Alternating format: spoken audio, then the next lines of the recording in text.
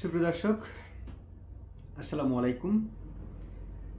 আজকে যে ইস্যুটি নিয়ে কথা বলবো সেই ইস্যুটি হলো, আপনারা টাইটেল দেখেই বুঝছেন যে নতুন রাজনৈতিক বন্দোবস্ত। এই যে নতুন রাজনৈতিক বন্দোবস্ত বা নতুন একটি রাজনৈতিক দল যদি আসে বা হতে যাচ্ছে, এরকম কথা আমরা শুনতে পাচ্ছি এবং একজন উপদেষ্টা, তথ্য উপদেষ্টা জনাব নাহিদ ইসলাম এটা গতকালকে ইঙ্গিতও দিয়েছেন যে তাদের একটি নতুন দল হওয়ার সম্ভাবনা অনেক বেশি। যদি তাদের নতুন দলটি আসে, তার ভাষায় বিষয়টা এরকম যে এই নতুন দলটি তাহলে অনেক রাজনৈতিক দলের মাথা ব্যথার কারণ হয়ে দাঁড়াতে পারে। বিষয়টা হলো, যদি রাজনৈতিক দল আপনি গঠন করতে চান, যদি আপনি রাজনৈতিক দল গঠন করতে চান, তাহলে আপনি সরকারে কেন? আপনি সরকারের থেকে আপনি একটি রাজনৈতিক দল গঠন করবেন, এরপরে মানে বিষয়টা কেমন একটা সাংঘর্ষিক হয়ে যাচ্ছে না? আপনি সরকারের থেকে একটা রাজনৈতিক দল করবেন, ধরে নিলাম যে দলটি আপনার দাঁড় করাবেন এখনও তো সে তার ভূমিষ্ঠই হয়নি, মায়ের গর্ভে আছে। যদি আপনারা মানে রাজনৈতিক দল আপনারা তৈরি করেন, তো যে রাজনৈতিক দলটা আপনারা তৈরি করবেন সে রাজনৈতিক দল এখনও ভূমিষ্ঠই হলো না। সে ভূমিষ্ঠ হওয়ার পরে সে আসলে কি হবে, কোন দিকে যাবে, কেমন করবে, সে জনগণের সমর্থন পাবে কি না, কিংবা জনগণের সমর্থন আদায় করতে পারবে কি না, কিংবা জনগণ একেবারেই গ্রহণ করবে না কিংবা করবে, এখন এই ইস্যুগুলোর সামনে চলে আসে। তো আপনার একটা দল ভূমিষ্ঠ হইলই না, আপনি অন্য অন্য রাজনৈতিক দলকে বলছেন যে তারা সমস্যায় পড়তে পারে। এই জন্য রাজনৈতিক দলগুলো খুব দ্রুত নির্বাচন চাচ্ছে। রাজনৈতিক দলগুলো নির্বাচন তো চাইবেই। আপনি রাজনীতি করবেন আর আপনি সরকারের থেকে আপনি একটা রাজনৈতিক দল গঠন করবেন, আপনি তো রাজনৈতিক কোনো ব্যক্তিত্ব না। আপনি আপনি করতে এসেছিলেন সংস্কার, আপনি হয়েছেন সরকার। আপনাদের প্রথম এজেন্ডা হওয়া উচিত একটি সুষ্ঠু শান্তিপূর্ণ নির্বাচন দিয়ে নির্বাচিত প্রতিনিধির হাতে আপনি ক্ষমতা হস্তান্তর করবেন আপনি সুষ্ঠুভাবে। এটা হচ্ছে আপনাকে জনগণ এবং অনেকটা ধরতে পারেন আপনারা নিজেদেরকে অ্যাপয়েন্টেড করেছেন। এটা মাথায় রাখবেন যে আপনারা যখন এই অভ্যুত্থানটি করেন, এই অভ্যুত্থানটির পিছনে প্রত্যেকটা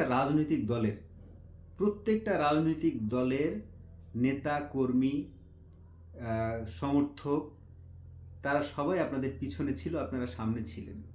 হ্যাঁ, এটা অনস্বীকার্য, আপনারা সামনে থেকে নেতৃত্ব দিয়েছেন। কিন্তু এখানে ডিফ্যাক্টর বিএনপির মতো এত বড় একটা দল, জামাত ইসলাম, অন্য অন্য ডান বাম সব ধরনের রাজনৈতিক দল, এমনকি আওয়ামী লীগকে যারা কখনো ভোট দিয়েছে,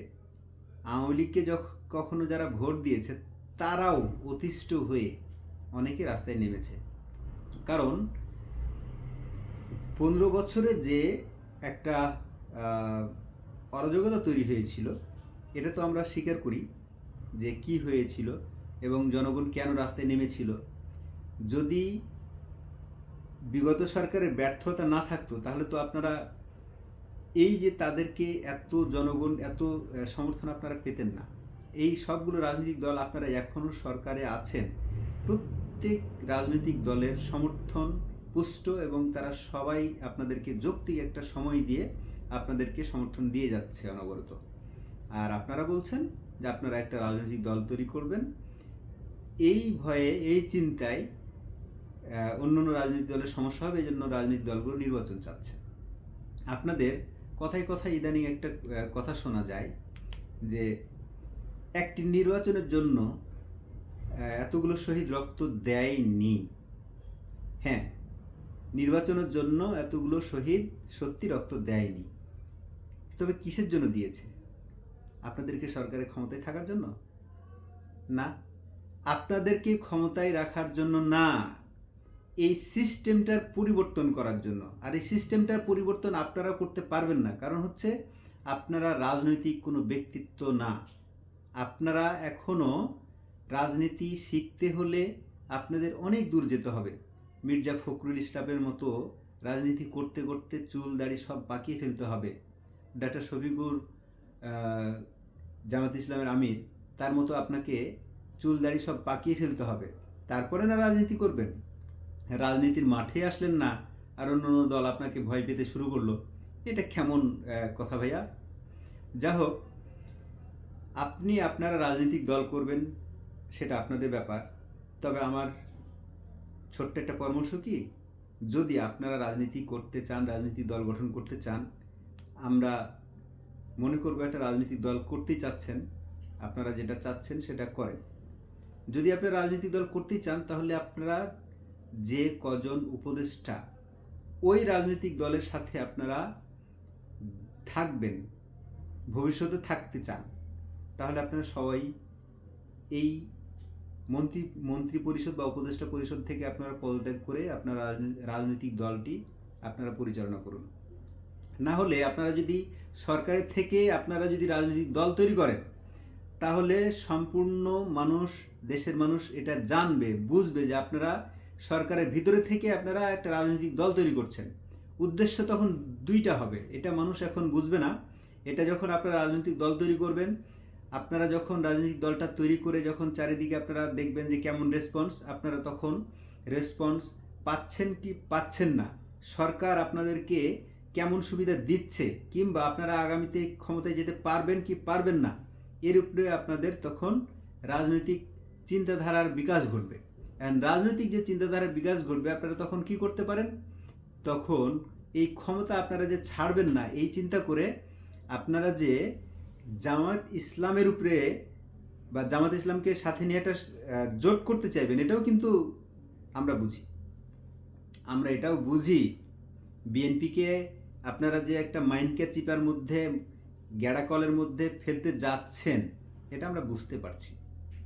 অত সহজ হবে না বিষয়টা। আর জনগণ, এ দেশের মানুষ এখন অন্তত রাজনৈতিক সচেতন, খুবই রাজনৈতিক সচেতন।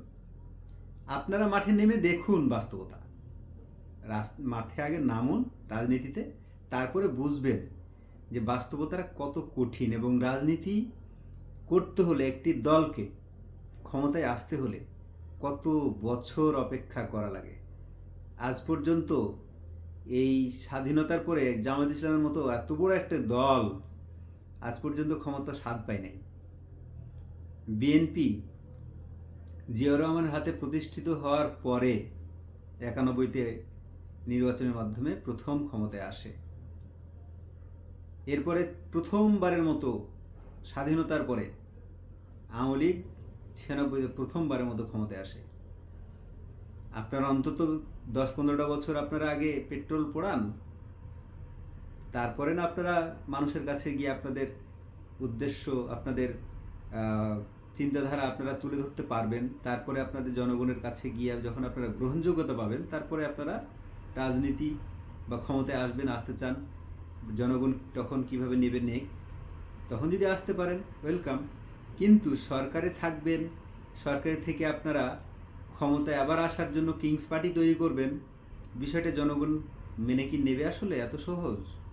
আর এটাও কথা মাথায় রাখবেন, আপনারা যদি এই চিন্তা ভাবনা করে রাজনৈতিক দল তৈরি করেন যে আপনারা একটা জামায়াত ইসলামের সাথে একটা ঐক্য তৈরি করবেন, যদি আপনারা বুঝে যান যে আপনারা ক্ষমতায় যেতে পারবেন না, ধরেন একটা রাজনৈতিক দল তৈরি করলেন, তারপরে ক্ষমতায় যেতে পারবেন না, তখন করবেন কি, আপনারা খুব মেটিকুলাসলি, আপনারা হয়তো চিন্তা করেও রেখেছেন, মেটিকুলাসলি আপনারা যদি রাজনৈতিক দল তৈরি করেন, ক্ষমতায় যেতে পারবেন না এই চিন্তা যদি আপনাদের মাথায় আসে, তারপরে আপনারা জামায়াত ইসলামের সাথে জোট করবেন, জোট করে চাইবেন আপনারা ক্ষমতায় আসতে, এটা কথায় মাথায় রাখবেন। তখন দেশের মানুষ দুই ভাগে বিভক্ত হয়ে যাবে। আপনারা এটাও মনে করার কারণ নাই আওয়ামী লীগ অনেক দুর্নীতি করেছে, অনেক লুট করেছে, তারা ক্ষমতার অপব্যবহার করেছে, তারা অনেক খারাপ কাজ করেছে, কিন্তু আওয়ামী লীগ নামক একটু দল এখনও কিন্তু আছে। মাঠের কর্মীরা দুর্নীতিগ্রস্ত নয়। মাঠের কর্মীরা যারা একেবারে নিম্নবিত্ত, একেবারে মধ্যবিত্ত, উচ্চবিত্ত, এই লোকগুলো কিছু পাওয়ার জন্য যারা নৌকাকে ভোট দেয়নি কখনো, যারা নিঃস্বার্থে ভোট দিয়েছে, তখন তারা বিএনপির ঘাড়ে চেপে যাবে। আপনি এটা মনে করতে পারেন? এটা কি চিন্তা করতে পারেন যে এখনো আমরা মনে করি, আমরা যেভাবে দেখছি, যা দেখে এসেছি, এখনো 30-35% মানুষ আওয়ামী লীগকে, বলবো না শেখ হাসিনাকে, বলবো না অন্য কাউকে, শুধুমাত্র আওয়ামী লীগকে, তাদের আওয়ামী লীগ এবং নৌকা এইটা থাকলেই তারা ভোট দিয়ে দেবে। এই প্রতীক নৌকাটা থাকলেই তারা ভোট দিয়ে দেবে, এরকম মানুষ আছে অন্তত 30-35% মানুষ। এত বড় জনগোষ্ঠীকে রেখে আপনারা রাজনৈতিক দল তৈরি করতে পারেন, তখন আপনাদের সাথে এই জনগোষ্ঠী কি পাবেন? আপনারা পাবেন না। এই জনগোষ্ঠী তখন আপনারা যদি নিষিদ্ধ করে দেন, যারা করাপ্টেড নেতা, তাদেরকে শাস্তি দেন, কিন্তু গণতন্ত্র কিন্তু এইটা না কোনো দলকে নিষিদ্ধ করবেন। এটা গণতন্ত্রের মধ্যে আসলে মানায় না। আপনি জনগণকে জনগণের হাতে ছেড়ে দেন, কে কোন দল করবে, কে কোন দলকে সামনে নিয়ে আসবে। যদি আওয়ামী লীগকে নিষিদ্ধ করে তো জনগণ করবে ভোটের মাধ্যমে, তাদেরকে জনগণের হাতে ছেড়ে দিন। এখন আপনারা যে সাকসেস হয়েছেন, বিগত আমলে কোনো কিছুর চেয়ে যে বেশি কিছু করে ফেলেছেন, নট লাইক দ্যাট। সুতরাং আপনাদেরকে সফল হবেন রাজনীতি করতে গিয়ে, ওই যে কথাই বলে না, সারাটা দিন কেমন যাবে সকালে সূর্যটা দেখলে বোঝা যায়, বা সকালের আবহাওয়াটা দেখলে বোঝা যায় সারাটা দিন কেমন যাবে। ঠিক তেমন আপনারা যদি এখানে খুব ভালো করতেন, আপনারা যদি প্রত্যেকটা ডিপার্টমেন্ট নিখুঁতভাবে যদি আপনারা পরিচালনা করতে পারতেন, তাহলে আজকে আপনারা একটা রাজনৈতিক দল খুব তাড়াতাড়ি ওপেন করতে পারতেন। এখন আপনারা এতদিনে এসে ডিক্লেয়ার দেওয়া লাগতো না। আপনারা 5ই আগস্টের পর দিনই আপনারা নতুন রাজনৈতিক দল আপনারা তৈরি করতে পারতেন। আপনারা খুব ভালো করেই জানেন যে আপনাদের পিছনে জামায়াতে ইসলামের একটা শক্ত একটা সাপোর্ট, সমর্থন, এই সব কিছু ছিল। বিএনপির শক্ত সাপোর্ট, সমর্থন সব কিছু ছিল। তাহলে অন্য ছোট ছোট রাজনৈতিক দলগুলো যারা আছে, সবার সমর্থন আপনারা এই অভ্যুত্থানটি ঘটিয়েছেন।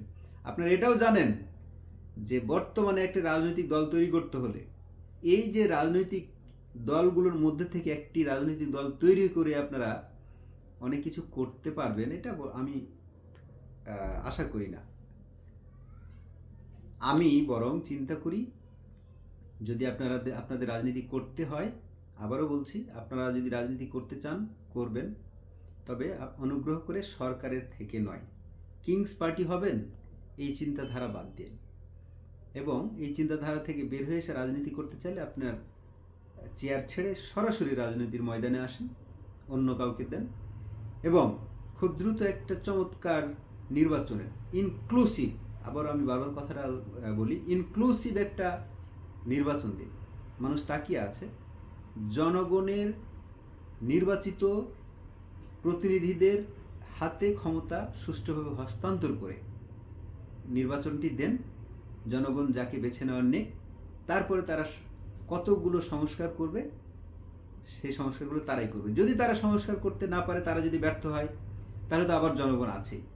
জনগণ এখন রাজনৈতিক সচেতন, আবারও বলছি, জনগণ এখন রাজনৈতিক সচেতন। সুতরাং আপনাদেরকে বসে থেকে, সরকারের মধ্যে বসে থেকে রাজনৈতিক দল তৈরি করলে আপনারা নিজের পায়ে নিজেরাই কুড়াল মারবেন, এবং রাজনৈতিকভাবে আপনারা কোণঠাসা হয়ে পড়বেন। সুতরাং আপনাদের বেটারমেন্ট আপনারা চিন্তা করতে পারবেন যে কোনটা করলে ভালো হয়। সুপ্রিয় দর্শক, আপনাদের মতামত, আপনাদের চিন্তাধারা আপনারা কমেন্টস বক্সে লিখতে পারেন, এবং চ্যানেলটি সাবস্ক্রাইব করে সাথে থাকবেন। আজকের মতো শেষ করছি এ পর্যন্তই। দেখা হবে অন্য কোনো একটি ভিডিওতে। আল্লাহ হাফেজ।